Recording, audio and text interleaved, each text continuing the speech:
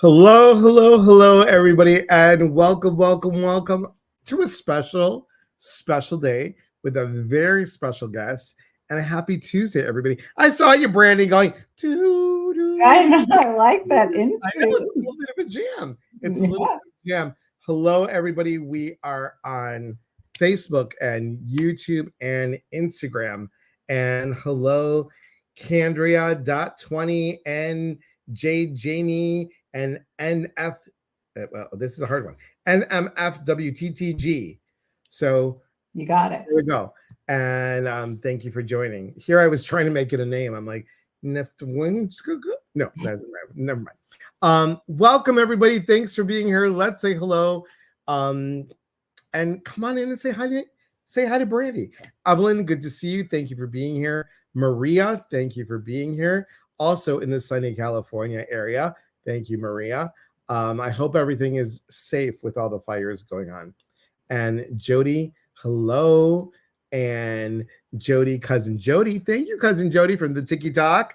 Thanks for being here. And Cheryl, good to see you. Good to see you. As everybody's coming in, you know what I'm going to do. I'm going to stall for a minute or two. Rebecca, hello, hello. Susan, hey, Susan. So long, no time, no see. Susan was just on our retreat this weekend. So good to see you. Oh, Hey, amazing. Jamie Williams, hello. And Mrs. Mackley, hello. Thank you for being here. Thanks, everybody, for coming in. I so appreciate it. So we are here with Brandi with an I. Notice she spelled it for all of you. Brandi B Hudson. You can find her on all social media. She is a happiness coach, and you have been empowering, I'm going to say empowering women, but all people with just being in that state of honoring who they are through, we're going to talk about grounding and happiness, but through understanding the happiness approach, which you have a very special technique that I'm not going to give away right now until in a moment, but it's a special technique that you can find on her website, be part of her program. I'm so thrilled to be having you here with me. You were on my podcast at mindbodyspirit.fm, or where you could find it on Spotify and Google. So thank you for being here. Hello, Sharon and Amy. Been sick with the flu. Oh no. Oh, No, glad you're spending your first day back with us. yes. Oh, what happened? She'll come back. She'll come back, everybody. She'll come back. She will come back. I'm sorry we're not here. We're eating at Portillo's. Were you joining Delora at Portillo's? Is that where you were? I was like, I'm gonna run out and grab a bite. Grab Laura, that bite. save Just me a grab. seat. Just one Save second. me Give me a 1 seat. second. 1 second. BRB. Sorry, guys. Joy, hello, and Debbie, hello. Chris from Iowa, thank you for being here. Susan, you popped over. Okay, you are on both. Are you on both? Instagram and Facebook. Thanks for being on both. So, Brandi, can you tell everybody what is a happiness coach and what do you do? Yeah. I really partner with humans, men and women, to really think about happiness as their birthright, right? And so I think that as everything we're seeking in this lifetime, Elias, we are seeking it because we fundamentally think it'll make us happy, right? If you want a partner, a new job, a promotion, more money, to have a child, to lose weight, whatever it is you're seeking, if you just keep peeling back the layers, it's because you believe it'll make you happier. And if we shift that equation and first focus on removing all that is deterring us from being happy, then we become a magnet for all that we're actually seeking. And so I help people focus on the things that are precluding them from being happy. I help people understand that it is their birthright to be happy. And ultimately, I help people to like step into their purpose and live a life that feels much more fulfilling. And you have an amazing story. Again, we talked about it on the podcast, but what inspired me of your story is your background on how you truly shifted everything. I was like, wow, wow, wow, wow. You have the courage to really move through all these. I'm going to give it away, everybody. Sorry. Your beliefs, your alignment, your self awareness, and your emotional resistance. You did it. You just did it. And I mean, I'm just like wowed by your story. Do you want to tell them just a little bit? I'll give them a little bit, but I'll first start by saying I didn't do it. I'm doing it. Like it's a constant process of evolution, but I've worked really hard. And so I appreciate the shout out that you just gave me. Yeah, I was like born to teenage parents in Detroit, and I had, like a fine upbringing, but an upbringing that was like really super focused on outcomes, right? Like, so what job did I have? What school did I go? How many awards had I won? What grades did I get? Et cetera, et cetera. And kind of like fast forward, because this is the, what is it called? The adjudicated version, like the shrunken version. You just get to the end and you're like, but for what? Right. And you realize that like you've achieved a lot, but it's been pretty hard all along the way. And it didn't bring you the joy that you thought you were seeking, which is why we were like on this constant hamster wheel, treadmill, whatever you want to call it, where we're looking for the next thing, because our peace, our happiness, our joy isn't internal to us. We have like this external locus of control. And so I then just took a step back and said, like, I want to take all my power back. And I want to be a person who is happy regardless of these external circumstances. And then as I started on my journey, I realized the external circumstances actually get even better when you are that person, because just like you want to be around people who are happy, and I want to be around people who are happy. Things and humans all are attracted to people who have this kind of really beautiful, joyful energy. And so in that space, you can really like live the life that you dream of. Or as the people say, live your best life. And so I will say you continue to do it. Yes. Effortlessly. That's what it seems like on this side of the screen, it seems like you do it effortlessly. Hello, Karen and Ashley and Diana and Shelly and Audrey. I'm so glad you're awake. And Isabel, good to see you guys. Everybody on Instagram, thank you for being here. So how do you, Brandi, get grounded in this happiness? What works for you?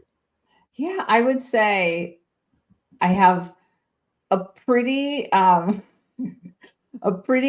elaborate routine that I do try to stick to the best that I can. So I try to meditate a handful of times per day. I try to drink 100 ounces of water every single day.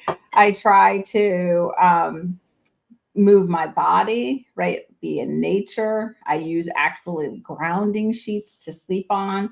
I journal, right? But if I had to like offer people, what are 3 things that you could do, right? Like if you're not going to be Brandi Hudson and kind of like really commit a significant amount of time every day, if you're just going to dip your toe, I would say, well, the 3 things people should do are journal, meditate, and have a beautiful gratitude practice. If you do those 3 things, your life will evolve so quickly. And then you'll just layer in the other pieces as it becomes appropriate.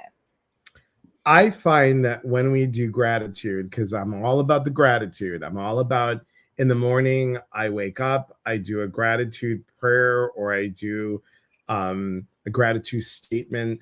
These are my parents. So when I come and sit down at the desk to do work, I will always say, thank you for going to Greece and getting me. Thank you for having the courage at 45 and 46 and 56 to adopt a baby. Thank you so much. And I think it's so important that we understand that the gratitude, when we give thanks, God, universe, spirit, whatever you want to say, when we give the thanks to everyone, we get something back. We start to appreciate ourselves, which then I believe connects into that happiness, connects to that place of knowing, because I think some people are like, I can't get happy. I can't get happy. Yeah. Well, what are you focusing on? Right. because what you focus on is what you're attracting. Is what persists. Yeah. I Exactly. think you're always so eloquent, which I appreciate. I really try to like overly simplify this for everyone, right? Like it is I think of gratitude like if I sent you a gift and you never said thank you, would I send you another one? Maybe not. Maybe once if I was your mama, maybe twice if I was your dad, if I'm your uncle, but if I'm just like a person who met you and I shoot you a gift and you don't even say like, "Hey Brandi, thank you," then I'm not going to send another one. And maybe not even because I'm feeling spiteful. Maybe I'm like, oh, I don't have a clue as to what Elias is really looking for, like what brings him joy, like what he wants, because I got no feedback on it. So when you're getting things from the universe, from source, from God, from the all, whatever you choose to call it, from your higher self, from your future self, then you have to have a feedback mechanism, right? So I try to make like all the things I ask my clients to do, I make them as selfish as possible. Like this is all about you. Like I want you to forgive that person for you, not because it makes you a better person to them, not because like all of the things that you do are for you. And so you're saying thank you and having gratitude because that is going to help the universe know what you want more of, what you're inviting into your life, right? This morning, my son was pouting on the walk to school because I wouldn't give him a snack because we don't have snacks before lunchtime. And that they're all fruit snacks. So he's trying to negotiate that they're healthy. But I said no. And then he's like starts pouting. And I said, oh my gosh. And I just started skipping down the street to school. I said, Charlie, did you know that even if you pout to me about not having a snack, I'm still going to have a great morning and a great walk. So you're just going to be pouting by yourself. Right. And so he thinks he's pouting to convince me to give him the snack. Right. But like, that's just his thing. And I think most of us think that we're doing something for someone else, but all of our actions, like it sounds selfish, but if we take the best and highest actions for ourselves, it is actually what's best for the entire world. And it's such a beautiful idea when you think about it. So true. So true. Debbie says, Miss Brandi is glowing. Love the energy. Oh, thanks, Miss Debbie. I love that. I love that. Hello, Gail. And Joy says, also thank you for the things I no longer have, i.e. silver bracelets. Yes. Well, Joy, if you were Greek, and Brandi, if you were Greek, barking on the truth again. If you went and still barking, Willow. It's probably Amazon or UPS or somebody. So a Greek person would hang on 1 second.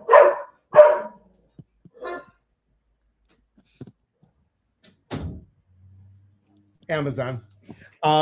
So if you were Greek and you got a present and then there was no thank you, there would be another present that would come and say, oh, I'm sending you this present since I didn't get the thanks from the last one.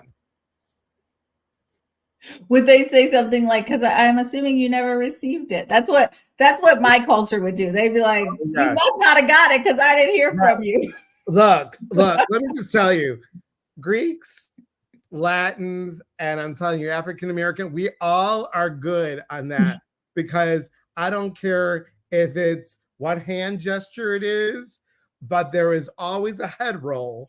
Oh, and there's always some gesture, and it's like, let me remind you, here it is. Yeah, because I'm telling you, Greek guilt will surpass that Catholic and Jewish guilt, bar none. Because, I love this. I didn't know this. Oh, yeah, because, that's okay. I'm lying here dead, but did you go ahead and get my package? Yeah, my birth mother, just like that. My mom, not so much, but my birth mother, it was laid on thick. Oh my goodness. It was, anyway. But Kathleen says, sorry, I'm late, having issues with Facebook. No worries. So glad you're here. So what could people do that would, I know you listed what you do. What do you tell clients if they say, well, I don't know how to be grateful yet? What is something that would start my journey on and they're going to say this word, fixing me. Yeah. First of all, the biggest step you'll ever take in this journey is to know you don't need to be fixed. You are like so perfect just as you are. You're going to let go of some things that don't serve you, but they served you in the past. That's why you were doing them. And so you still even want to be grateful for these idiosyncrasies that you're trying to let go of, because every part of you is part of this infinite intelligence that got you here to this place. It served a purpose in the moment. So just knowing you don't have to be fixed is so freeing. And knowing that you have every single thing you will ever need to be the version of yourself you aspire to be. And then if you're looking for a gratitude practice, you just want to start small, right? Like, you walk down the street and all the lights turn green as you're walking and you get the walk sign, then just like, oh, thanks, I love that. Or you drive to CVS and someone pulls out in the spot that's right out front. You just say, oh, thanks, I really appreciate that spot. And you don't think of it like in these big terms. Like, it's beautiful to say, like, I'm so grateful that my parents came and adopted me at 4. Like, that is like this really beautiful thing. And maybe everyone doesn't have that and doesn't feel that level of emotion, but actually signaling to the universe the small things that you're grateful for is what creates a beautiful life, right? Because every single day, I probably am going to either walk or drive somewhere. Every single day, I want someone to maybe answer my call or return my email. And so being grateful for those things actually creates a life full of moments that you're grateful for, because it's only going to be like once that you get your dream house, once that you get the big fancy car every 5 or 10 years, whatever it is. But every day, the things that remove the barriers to life feeling easy, just saying thank you for that is how you build a life, because life is made of moments. It's not made of big events. So true. So true. And it's fun to create that. I mean, I always, when I get a parking spot, I'm like, thank you, parking angels. You know, it's like front row parking. You know, I think what we don't recognize is that, first of all, happiness is a choice. It is a choice that we can step into. Yes. And yes. It is something that I have an acquaintance friend, and I'll pause with that. I have an acquaintance friend, and this person will have a choice of being on this side of the street, the happy side of the street, yes, or on the other side of the street, which is this happened to me, this happened to me, and this continues to happen to me. I don't know why I'm being punished. Yeah. And it's self-perpetuating. Now, I will say, in their defense, there are some physiological things that cause people to kind of be in this place of victimization, right? Like, I'm a victim, I'm a victim. Exactly. And like chiropractors can see it. Like, there are things that can sometimes go in our body that shift us in that way. However, our brains are so incredibly powerful that we can continue to choose to move outside of it. And then we ultimately use our really powerful brains to shift our physiology. But if we can't even step outside of ourselves and notice that, oh, oftentimes I think that the power is external from me, right? I'm the victim. I am blaming something other than me. Then I don't have enough self-awareness to start to choose a higher vibration, a higher frequency, and to say like, oh, I'm going to choose to like think about what parts of this I can control. And so I think some people really have had very challenging lives. And for them, it is incredibly difficult to make that shift. And that's why we see these stories about people having to hit rock bottom before they change, because that rock bottom is such a jolt to their existence that they're like, oh, actually, this is pretty awful. But like the slow decline happens because they never can step outside and they don't realize like this loop that they're on. So I try to do both. And I try to have a lot of grace for people who are in that place, because they can't be happy in that place. You know what I mean? So I'm like, there's no point in me being like, oh, I don't know why Bobby's like Bobby. If Bobby could be anything else, I know Bobby would, because that place ain't that great for Bobby. Right. But Bobby doesn't even know how to step outside of it. So I try, kind of in this work that you and I do, try to give people these really small tools so they can get a glimpse that something better exists for them, because right now they think something better exists for me and you and other people and people that aren't them, and trying to help someone see that there is something better for them and that it's not their fault that they're in this loop oftentimes gives them power to take those baby steps.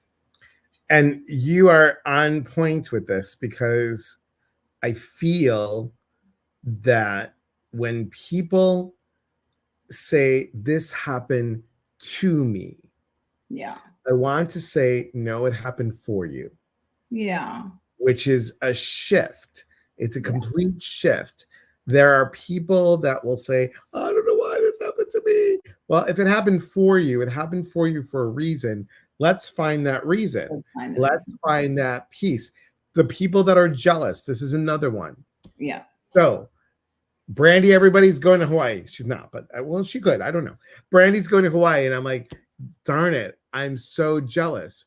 Yeah. It would be different to say, wow, Brandi, you're going to Hawaii. That's amazing. I can't wait till I go. Right. Because now, instead of focusing on that jealousy piece, even though you're saying it, there's a small hinge, a small, tiny little bit that you're like, oh, I'm focused on that, instead of saying that I'm happy for you and I can't wait till that happens to me. Yeah. That's one I actually struggled with personally. Like I would see people and I would, in my mind, think that we had made the same inputs and that their outputs, right, their outcomes were better or greater than mine. And so I would find myself having this kind of like, where I would say like, oh, congratulations. And then, but inside I'd be like, well, why did Josie get that promotion? And I did this and I did this. And so it shows up for so many of us, right? I have never seen anyone do something like short of like murdering a human where I'm like, not like, oh yeah, I've done that too, right? And I mean, that's the arc of the human experience. We've all experienced at some level, you know, most of the things that are similar, but it's realizing, back to like how I coach my clients about being selfish, that like, if I really want to go to Hawaii, the only way I'm going to get there is every time someone else is going to Hawaii to be like, yeah, girl, I am so happy you are going to Hawaii. Right. Instead of like, dumbass bitch, I wish I was going, you know. Right. Well, how the hell did she get to go to Hawaii? Well, I'm not get to go to Hawaii, right? Like that doesn't serve you, because energetically, that's just this really dense negative energy that pulls you further away from the outcome you want. Because again, everything you're seeking is because you think it'll make you happy. But if you're envious and jealous, you're so far away from it that you can't get there. And I don't think the people can connect those dots. No. And that's why you do what you do. Yeah, they can, but they haven't yet. And we're there to just be like a place of peace for them, a sounding board to remind them that they have all the answers, right? Like I don't ever give anyone the answers, but I hold space for them to see the world differently, to see the world with them in a place of power, with them living the life exactly of their dreams. And I think I think, because I haven't taken your program, but I from what I understand is that you step into it in that base program. Yes. Right. And the first B stands for belief. Correct? Yes. Okay. Can you just talk a little bit about that? Just a little bit. Just the beliefs. Yeah. So at the end of the day, right, like you talked earlier about kind of these cultural beliefs that people who are Greek have, right? And you're like, yeah, and people who are often Black have similar, and often people who are from Latin America have similar. And so we have these beliefs, and we have beliefs that are both like beliefs that our family taught us, beliefs that we grew up and learned, beliefs that were from our community, the United States has their own beliefs. So we have all these beliefs that are creating their reality. So all my beliefs are centered on what is available to someone like me. Mhm. And I put myself in this little box that people have helped me build over time, family, friends, teachers, etc. So I've got this box and I'm like, okay, little Black girls are able to do X. And then I have those beliefs, right? And so for me, it was like, oh, you can be anything you want. I was always taught that, but it's going to be hard. And everyone's not going to be out there for you. And some people are out to get you. And there's going to be a hater. And you can live anywhere except for there. And you can have this much money, but not too much money, because then people will be jealous and they'll try to cut you down, right? Like all these things, right? And you realize like none of those beliefs are in service to what you are trying to achieve. And so then you take a step back and realize like, I've got to release those beliefs. And the best way to release the beliefs, I have a whole process of it, but the first step, I should say, in releasing the beliefs is just to see, is there someone like you has achieved the thing that you're trying to achieve? And then you know that the belief isn't a fact. It's just a belief. And that the belief can be released, and that you have this like beautiful ability, not just have the ability, but you were meant to achieve your dreams. That's the only reason you have them. Would you say, because I know the work that I do, and we did a little bit on this last retreat, a lot of these beliefs are ancestral. A lot of the beliefs are generational, I should say, as well. But they start in our ancestry and they go from generation to generation to generation. And it's like, when does it stop? When do we change the blueprint? When do we reconstruct the contract? I know. No one has ever sent me a thank you, but I'm like, yo, family, I've done a lot of work for us. You guys are welcome. I've been out here pounding the pavement to change our ancestral,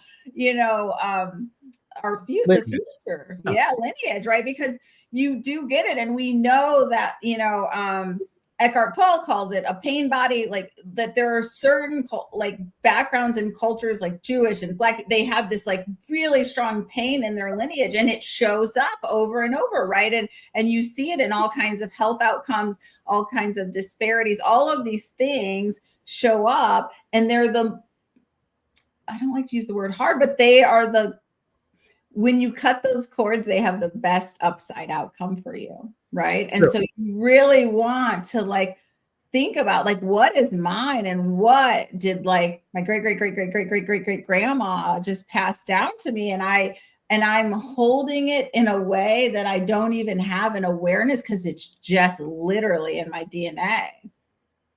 And I think people can relate when, like you brought up, the stuff that we hold in our bodies.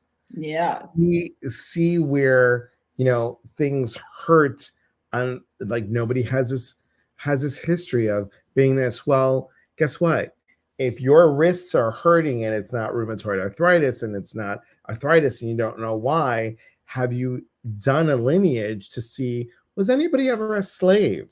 Where they're shackled. Yeah. And they're shackled. I mean, it's that we have cellular memory that's so important. So my thing is all about the emotions. What emotional stuff are we holding in that cellular body that can come down from generation to generation? My birth mother was 6 months pregnant with me, and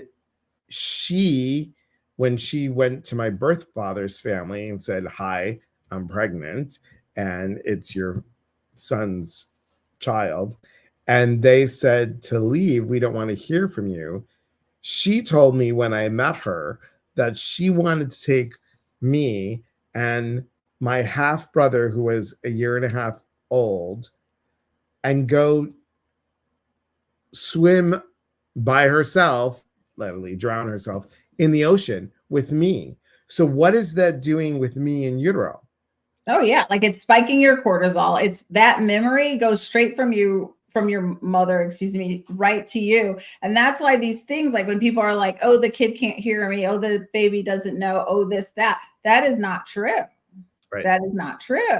And so we are holding these memories of every experience. And I've done so much like regression work where like things come up and I'm like, oh, I didn't realize like that was said. And I do energy work with my clients too. And I check back and I'm like, oh, is this like from in the womb? Is this from another lifetime? Is this from another generation? Like there are so many places that there are these inputs, and these inputs are like guiding your life. And that's why it's tricky, right? To live in a country where everyone's like, just pull yourself up by your bootstraps. And, like, well, everybody is coming with different inputs. And that's why I said earlier, like, I try to have a lot of grace for people because you just don't know. Right. And so, and the more grace we have with other people, it turns out the more grace that we actually have with ourselves. So I know like the version of me that was really hard on people was really hard on me. And so now I'm a human who takes full responsibility for everything that happens to me and also like releases myself of judgment. Right. So like if I'm wrong and I admit it and I acknowledge it, but I used to ruminate about it for like years and be like, well, what if I had just done this one little thing differently? But it doesn't matter. And that's a whole piece of, and I'm kidding about this, but I'm being serious. That's a whole piece of Greek guilt. It's like, you ruminate until the cows come home. And then when the cows are dead, you're still going to ruminate. And when they're still dead in the ground, you still ruminate about it. And then you go ahead and you tell your family so they can ruminate it about when you're dead. It's horrible. It's horrible. Hello, everybody that joined us. Thanks for being here. Wow, I'm late. Hello, everybody. You're okay, Diane? No, okay, you're right on time. No worries. We call Diane Sister Sludge. We love her. Gems. I'm new from Sunderland. Where is Sunderland? I don't know. How are yous? We's are good. Thank you so much. We're good. We're good. Ren says, I agree. Yes, yes, yes. Please know, guys, I just have to state this. I'm so sorry to state it, but Brandi and I will never reach out to you and say you need a session. Okay. So please know that there can be spammers on here. And we're just going to say it like that. I love Jean. My maiden name is Bentley. Jean, we might be related somewhere around there. Hi. I like it. Anybody have any questions for Brandi? Anybody have questions on Gail says, amazing info. Thank you. You're welcome. Emma, the energy healer. Good to see you. And Kelly, hello. Thank you for being here. And Elizabeth Ish, hello. Thank you for being here.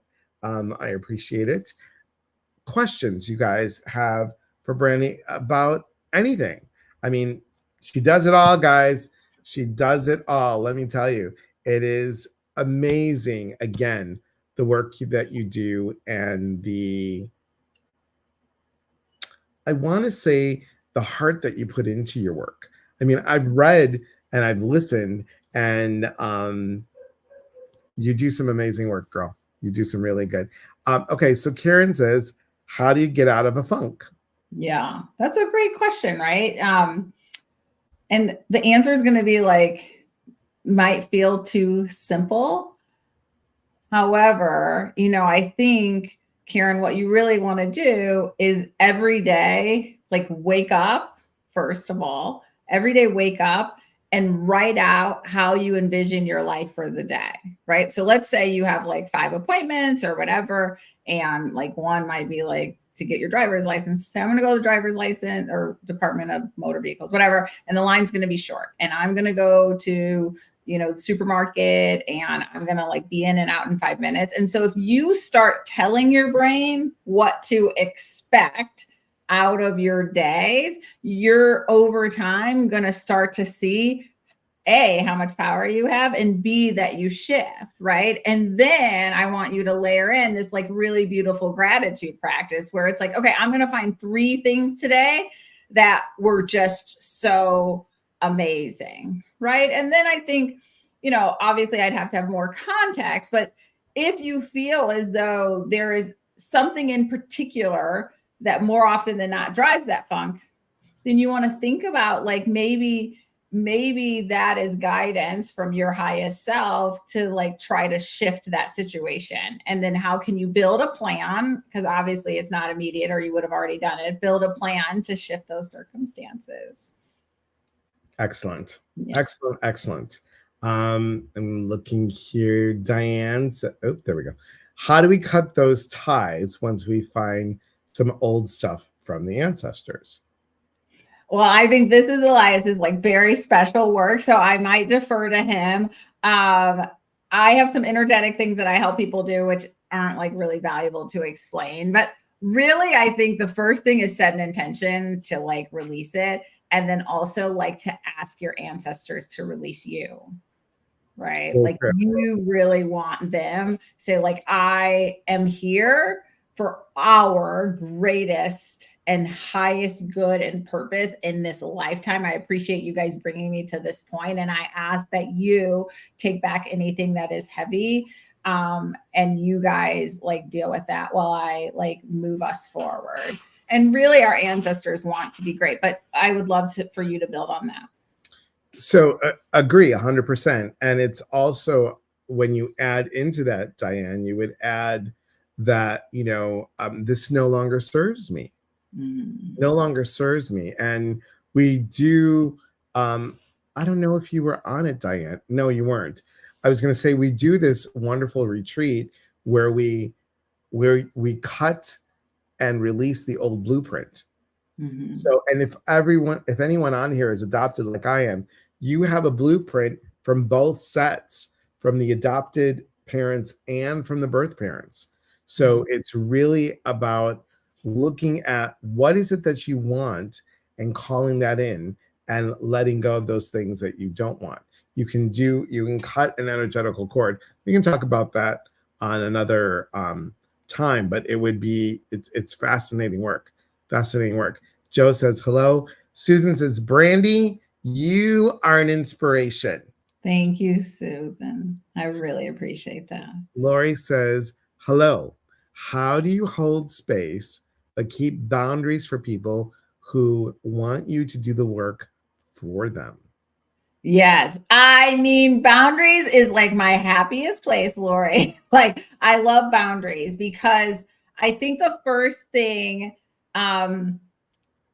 that we learn with boundaries is that like we have to like love ourselves so deeply and know that we are absolutely worthy of like having space, and that our worth doesn't come from how much value we provide for someone else. And the more we find ourselves doing things for other people, it's partly because they're pushing their boundaries, but we do it because we want some sort of like recognition, even if it's not like the thank you, Lori, but there's something there. And so I feel as though we first set boundaries energetically just by like knowing that we're enough and that we don't have to do anything for anyone. And that like saying no is a complete sentence, right? And we don't need to, sometimes, Lori, I'm going to guess that you're not this kind of person, but sometimes people like think that the setting of boundaries is like telling people why they can't do it. And, you know, but it's just like, oh no, I'm not going to be able to help with that. Yeah. And that's it. And that's really, and if they're like, why not? I'm just like, oh, I don't have the space right now.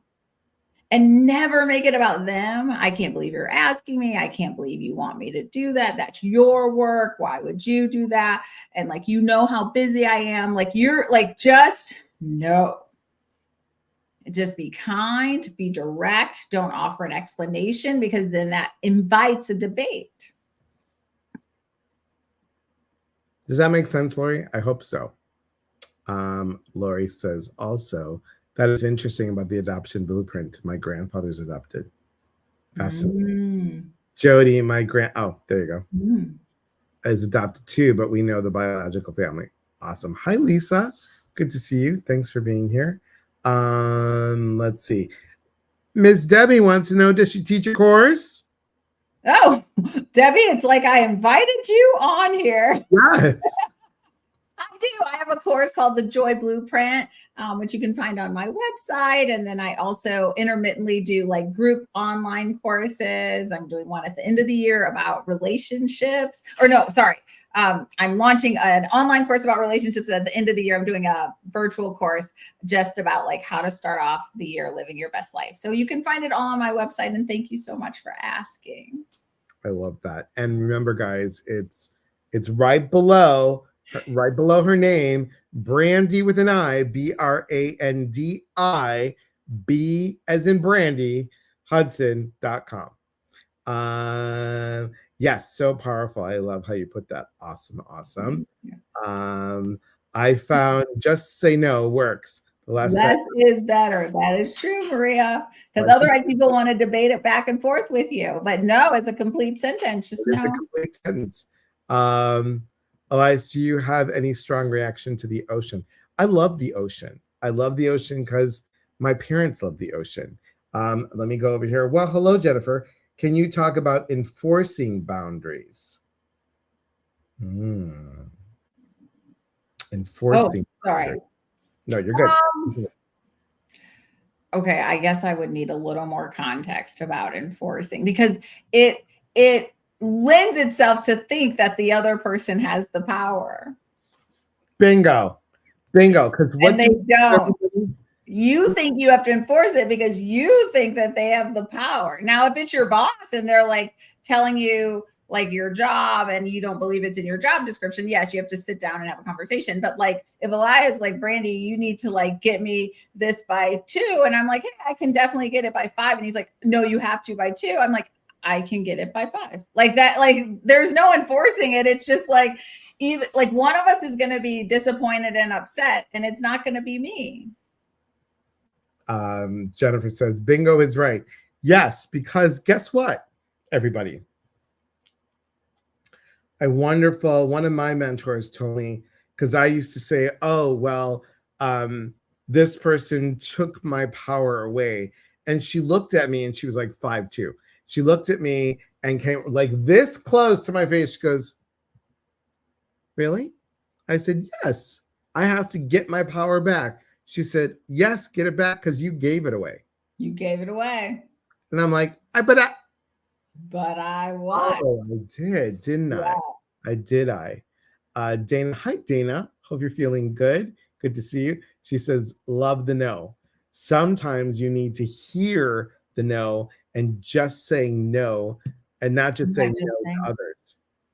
Yeah. I think that is true, right? Because what did I mention earlier? I don't know if you were on, Dana, but this idea that we are all the things that we see in other people. Like we can believe, you know, like Elias so kindly said earlier, Brandi has done the work, but like I'm constantly evolving, right? And there are layers to this onion, right? And the level to which sometimes something happens is different than it used to, but sometimes it still rears its head, right? And so you have to know that like maybe people are pushing my boundaries because I'm pushing other people's boundaries, right? And the world is reflecting back to me, right? Like there's multiple reasons why things can happen. And so you're so right, like that sometimes someone needs to tell you no. Not often though, please. Thank you. Wanting truth from someone and sometimes they just want to say no. Yeah, and she said yes. So yeah. But I also think that builds on it is right. Like we have to give people space, right? Like it's not your responsibility, but sometimes you have to help people along. If you're building a relationship with them, give people space to know that you won't be disappointed with the truth. Right. Because sometimes people don't want to disappoint you. Sometimes people are people pleasers, and just letting them know that like, please share with me exactly how you feel. That is going to be absolutely perfect for this exchange, and like giving people permission. So true. She says, I love this. Yeah. Miranda says, could you explain what you mean by blueprint? Yes. Miss it. Okay. So blueprint this is my interpretation, guys. Yeah. And remember, whatever we say, guys, take what works and leave what doesn't. Leave the rest. So let's say grandma, let's go further back. Great grandma was a procrastinator. And that's now part of her DNA. It's part of her in her energetical soul blueprint. Grandma comes along and she's a procrastinator. Mom comes along, she's a procrastinator too. And now you're seeing that you're procrastinating. So, oh my gosh, I'm so much like ha ha ha. I'm so much like grandma and mom. Well, that blueprint has been brought down. Now you can choose, you have a choice to continue that blueprint or rearrange it. You can break through that blueprint and create something new. Yeah, We actually have done that on a retreat where we will actually take a big piece of paper and we'll put down words that our lineage has for us. And then we do something with it and we shift it in a different way. It's a fascinating experience. Joe says, I agree with you totally. It's been really hard. I had to make some boundaries and say no to my mom. It was really, really hard. I agree. Yeah. I think that I'd love to build on this because I saw this and I've adopted it. And I wish I remember who said it first, which nothing's original. So, anywho, I think like when we ask the universe to help us be better at something, we are gonna like get the challenges. Oh, You know, yeah. so if you're like, oh, I want to be better at setting boundaries, it isn't just like everyone starts abiding by your boundaries and like just, like, oh no, I'll never ask Brandi to do anything anymore. It's like you're gonna really have to practice it to strengthen that muscle. And family, especially kind of that maternal connection, is oftentimes the hardest place to set boundaries because when we go back to like where are these kind of beliefs that we have, there's like cultural, there's societal, there's all these beliefs about how a child treats their parents, which are actually like much stronger than how parents treat their children. Like you will see all kinds of things are accepted for parenting style, but like being a doting child is kind of like a generally accepted like way of living across all of society. Like you're supposed to like give deference, you're supposed to be forever grateful. Like no matter how they behaved, like the expected response is fairly similar regardless of your culture or your background or your upbringing. It is honestly one of the most consistent themes that we see, beliefs that we see across society. And so it's a really tricky place to set boundaries. But you got this, Joe. You got it. You got this. Good for you for keeping steadfast with mom. It's good when we stay mindful and kind about it, but no, it's healthy. Yes. Lisa Randall, this makes sense. I raised my children a little different than the way I was raised. I get it. Good. Joe says, you are so right. It was one of the hardest things I had to do and still every day have to live with it. Exactly. Yeah. It's a challenge. It's a challenge. But I think also, right, because when I just read the words that you wrote, like it's really, really hard. I have to live with it.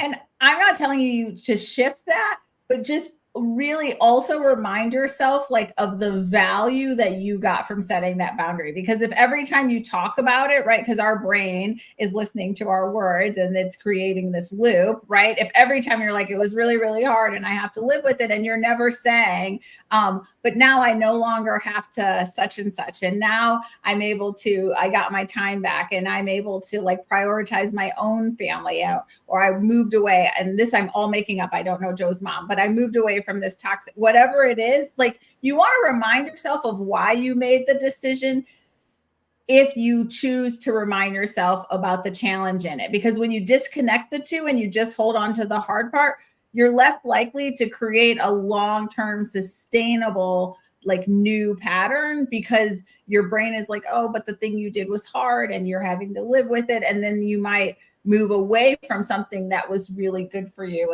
in the instance. So always make sure that like how we talk to ourselves involves either a fair balance or even just like remind yourself of the why. Like you made a really good decision because, and kind of stay in that place.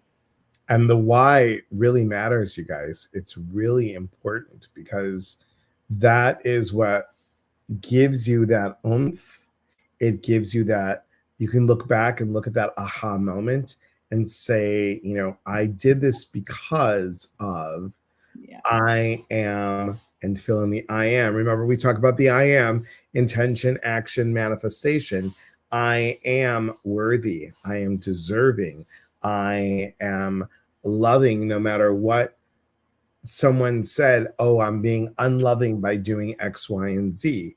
To remind yourself as you move through this, you are moving through this issue. It's not a blockage anymore. It's, you know, there's always a way around it, but I say move through it so you can acknowledge who you are. You know what?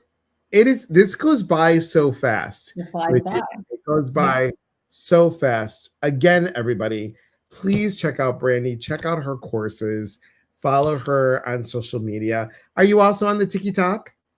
No. Okay. There's so many platforms. But can I add one last thing as we're closing out? This just like came to me, so I wanted to share with your audience. I think that when we think about boundaries, the decision to prioritize and love ourselves the most of any human in the world will always reflect back to us in the most beautiful way.